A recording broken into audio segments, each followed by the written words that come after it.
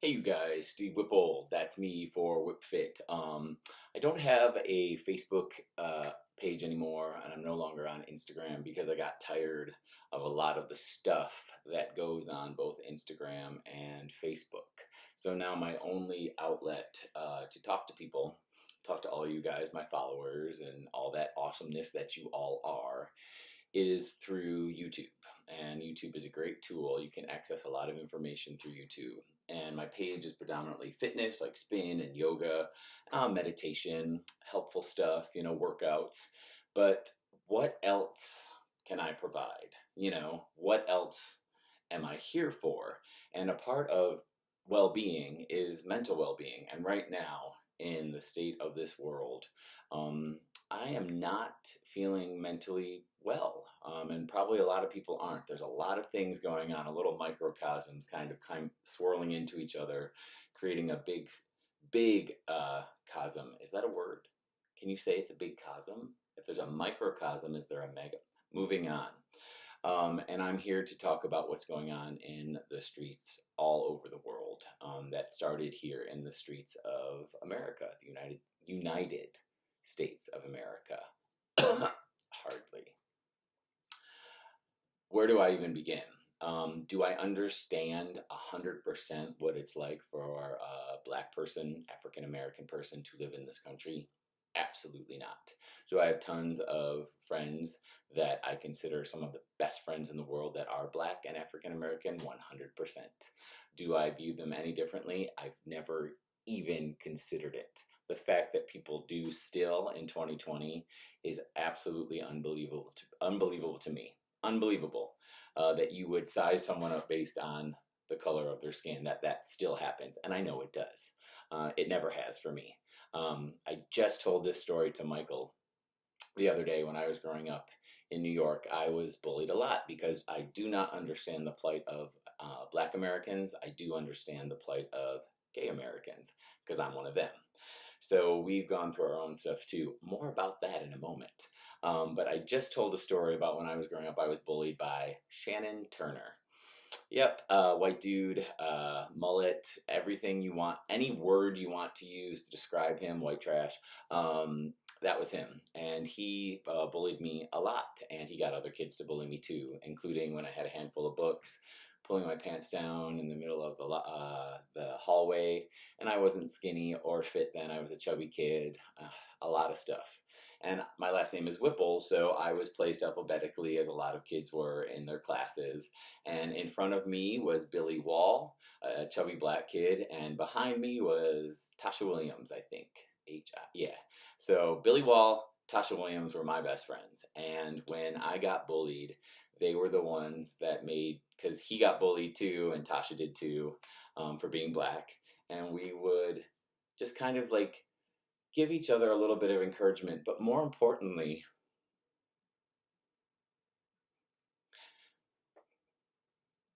we would give each other friendship. And that was really nice. So, if anything, I learned really early on white people suck and Black people are great. And I've always thought that. So it breaks my heart with what's going on right now because it's not right and it is not fair. And white people suck. And you can be white and think white people suck. And I think white people suck because if you want to look at it historically, name an area. I now live in Hawaii. Hawaii was full of indigenous Hawaiians. Guess who stopped that? White people. Native Americans. Guess who fucked that all up? White people. Just go down the list. Make a list.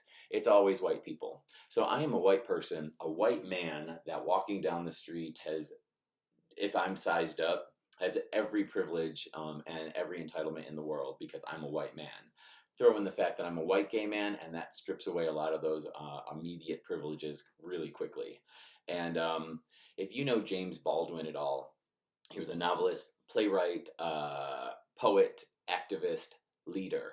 And I just watched an amazing clip from him the other day that said, how much time do you want me to wait? I waited 60 years. He was 60 at the time of this. I've waited 60 years for change.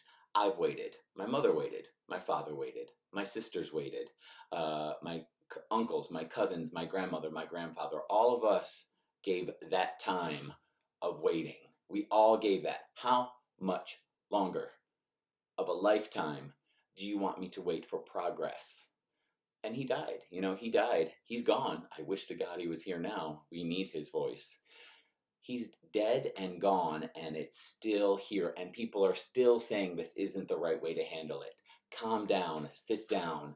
Violence isn't right. You know, don't loot your own town. You know, don't destroy your own town.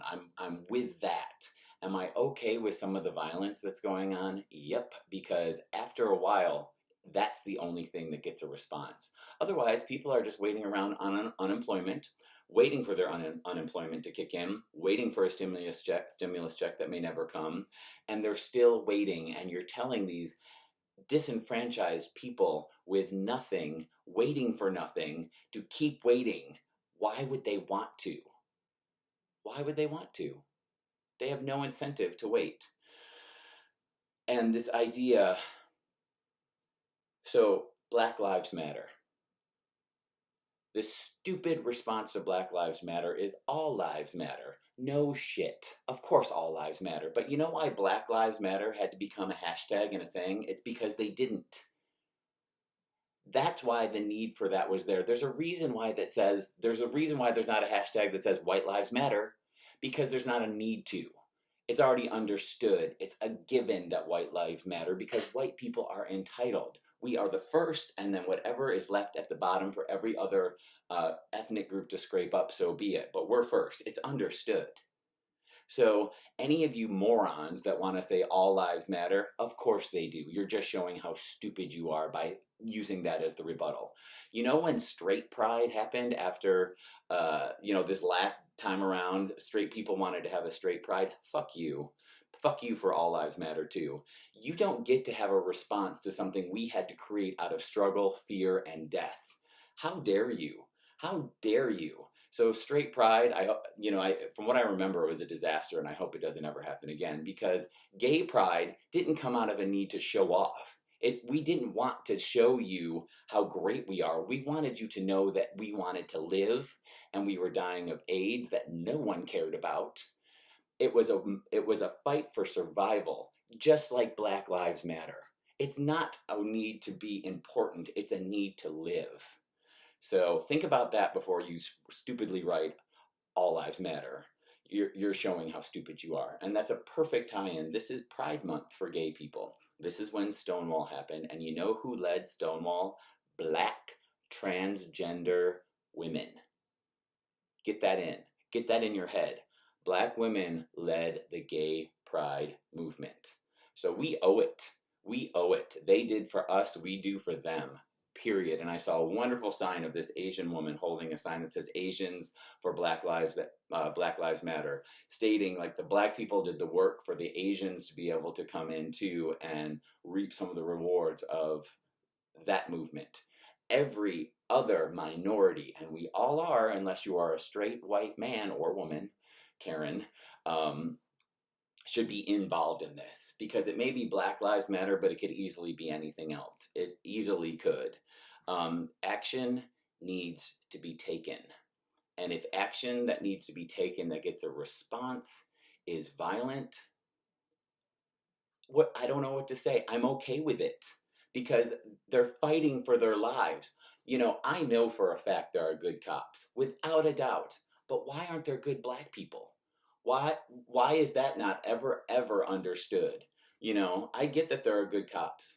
There are also good Black people. Tons of good Black people. On Instagram, I saw this thing, this one dude, white dude, posted this thing about how he now tells a funny story. One of his favorite stories at parties is how he handed over a fake, was it a $20 bill, $100 bill, whatever it was, at a cashier plate at a store, and it turned into nothing. Certainly not him losing his life. Do you see the difference? So if you're telling people to be patient and nothing ever comes, like James Baldwin said, he was 60. So that's 60 years of being patient, and then slap in his parents and grandparents before that, and the time since he died. Why be patient? I don't want war. I just want revolution. I want change. And this is what's happening. And if you're not on board with change, um, then I don't know why you're following me. Like, if you have any disagreements with anything I have just said, unfollow me. And if you want to go off on me, so be it. It'll show you how stupid you are for following someone that clearly doesn't share your beliefs, because I definitely don't share yours. Um, and I don't know what a strong enough word is for our president. Idiot, moron, racist, piece of shit, asshole. I don't know. I don't know. Whatever you want to call him, he has stoked these fires from the very beginning. He has kept poking and poking and poking at this situation, down to, Barack Obama is Muslim, and all the other times he cited um, racist people and held them up in his speeches and campaigns, and like letting the police basically know it's okay if you use a little brutality. I'm all right with that. And look it up, endless accounts of his racism on full display. So much so that he's made it socially acceptable to be a racist piece of shit. And he's created this environment where now it's exploding. He has stoked these fires. He is reaping what he sows, and I hope he reaps it from the Grim Reaper. I don't understand how all this is going on, and I'm going to say it. I'm really going to say it. How no one has killed him yet. How is it not possible? There's got to be someone that can do it. If anyone knows of anyone, go ahead. Just set it up. Just really set it up. And that's a very drastic statement, but it's how I truly feel. Because when do people who want the best for all people, when do our voices get heard over people who don't? The ones that want to harm people, kill people, push people down, not give them their fair rights, not give them their chance, those voices get heard all the time. So am I radical in my thinking? Maybe. I hope I am, because I want change. It is time for it. So I just had to say something. I say stuff all the time, you know this. But if you are a minority in any way, and that means not a white or not a white man or woman, straight white man or woman, if you are not that, and I know there are plenty of straight white men and women that are on the side of Black Lives Matter. Amen. But all I'm saying is, if you're not that, your heart should be filled with empathy and understanding and a want to do something. We've already donated, and we're going to continue to donate. We have looked up the protests here in Hawaii. They're not very big here, but we're going to go to them. More on that for sure, because it matters. It just matters. Anything you can do right now matters, and what matters the most is if someone says something to you directly in your face because they think it's okay to say and you disagree with it, do not be silent. It is time. The thing that's going around right now that I like, it's not enough to just not be racist anymore. You have to stand up and be anti-racist when someone says something fucking stupid in front of you. Let them have it. And the best response that I can come up with is fuck you. I'm not going to explain myself. I don't have almost 15 minutes to explain to every idiot who doesn't see this point of view. I'm just going to say fuck you. Fuck you. Because fuck you. It's exhausting, you guys. It really is. And it's 2020, and it's crazy. It's crazy that it still has to be done. But when you elect a racist bastard in front of the world to run your country, what do you think is going to happen?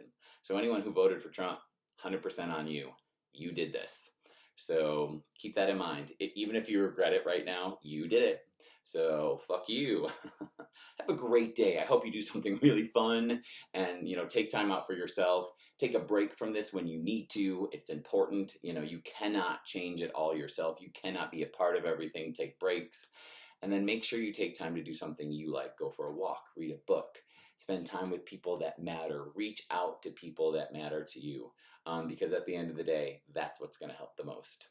Because I really do believe in the human race, and we will get through this. I don't know how.